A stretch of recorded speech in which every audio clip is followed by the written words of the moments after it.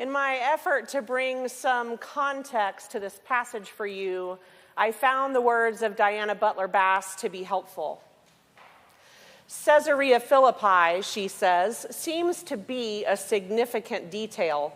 Otherwise, why even name the place where this conversation between Jesus and his disciples occurred?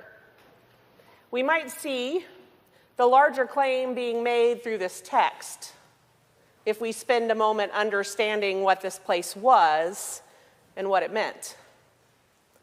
Before it was Caesarea Philippi, it was known as Panias and was devoted to the worship of a half-goat, half-man deity named Pan.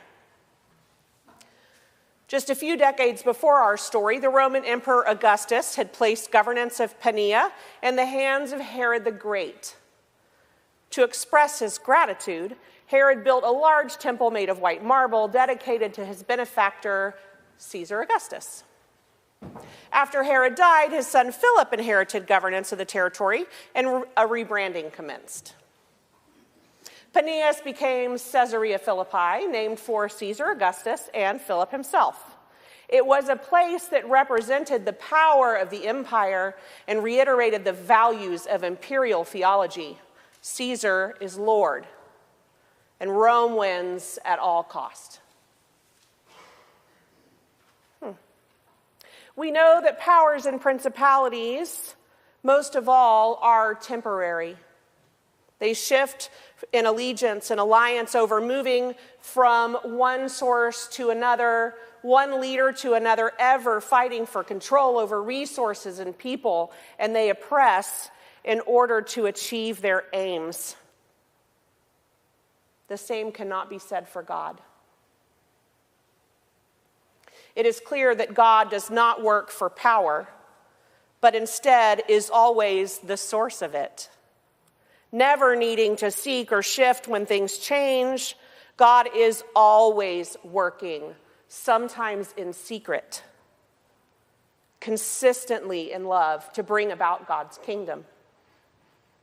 This is vastly different from any human power that we could possibly conjure or raise up in a king.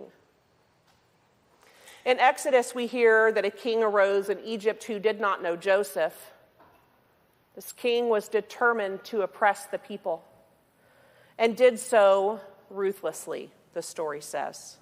But they were not able to oppress them ruthlessly, because the more they oppressed them, the more the people of the Israelites multiplied and spread until the king demanded actual genocide and the killing of male babies.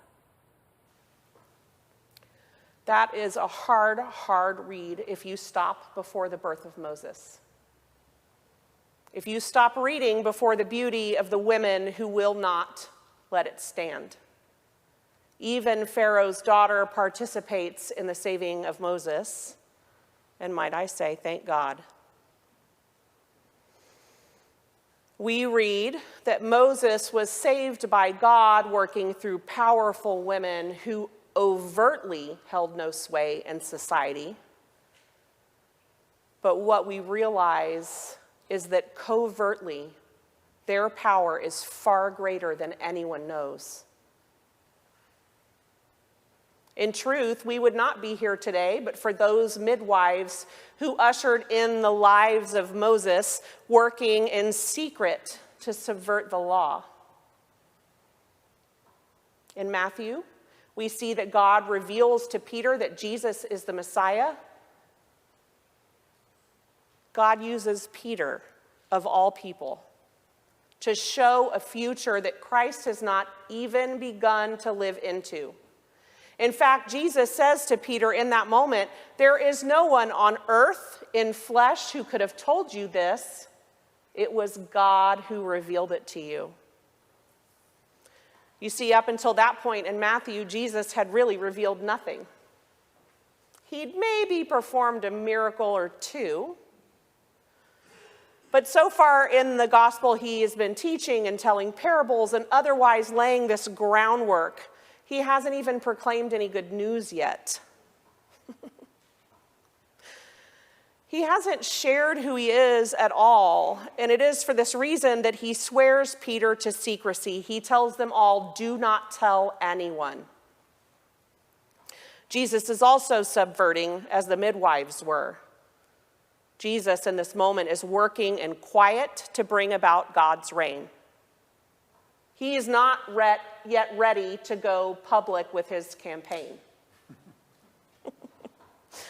And this matters. It matters to Jesus then, and it matters the same way now, because we know that if we are to turn the tide of public opinion, that the timing has to be just right in order to get the populace on our side.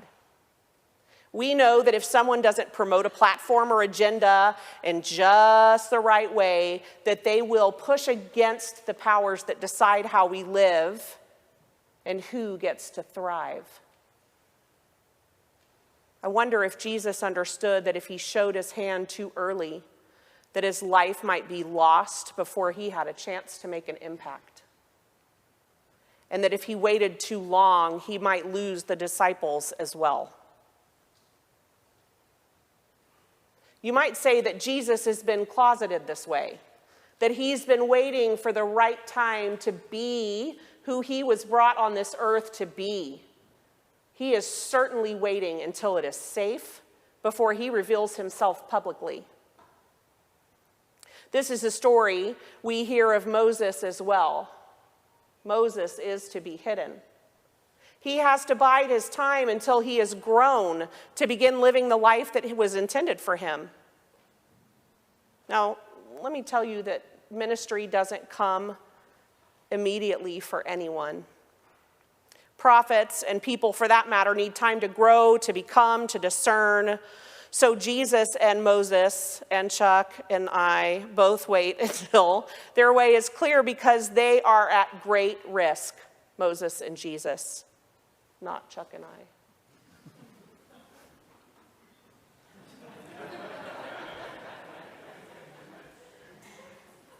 Jesus and Moses wait until their way is clear because they are at great risk. For this reason, their communities hold them, hide them, preparing their way, making them strong enough, loved enough, and ready. We know something about power, don't we? And we know what it means for those at risk to lie in wait, to be hidden for their own safety as they stand to lose themselves.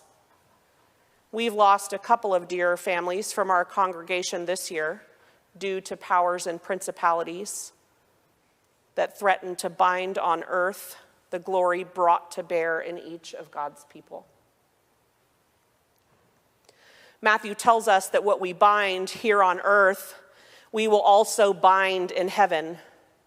And he tells us that what we loose here on earth, we will loose in heaven. And this seems kind of important, particularly since we plan to dwell there for eternity. If we bind God's glory here, then we bind it in heaven.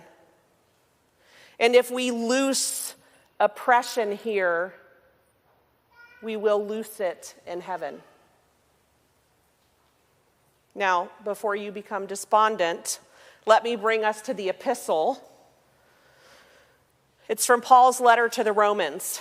And this reading is the beginning of a passage where Paul is typically assumed to be imparting the law, or at least telling us about his ethics. And I think we assume this because we know Paul to be Jewish and we want to honor Paul in that way. But let me assure you that Paul only ever intends to speak theologically. As he is the apostle to the Gentiles, his job, as he knew it, was to teach Jesus' followers to follow Christ in the way of love. So Paul, in an effort to lead the believers in Rome, warns them, do not be conformed to this world, but be transformed by the renewing of your minds so that you may discern what is the will of God, what is good and acceptable and perfect. In other words, do not be bound in your thoughts and actions. He implores us, having gifts that differ according to the grace given to us, let us use them. If your gift is prophecy, then use it in proportion to your faith. If your gift is service, then use it for your serving. He who teaches, use it in his teaching. He who exhorts, in his exhortation. And he who contributes, in liberality. She who gives aid, use that gift with zeal. You see, we are imbued by grace with gifts that are given to us by God. Let us use them, loved ones. Loose them on earth. In this time when so many of us are at the bitter mercy of powers that work to oppress or break our spirits, to drive us away, let us remember that God will never rest in God's efforts to bring about God's kingdom. Neither shall we. Let us use our gifts to usher in as midwives a new time where we, as Paul says in the very next verse, let love be genuine, hate what is evil, hold fast to what is good.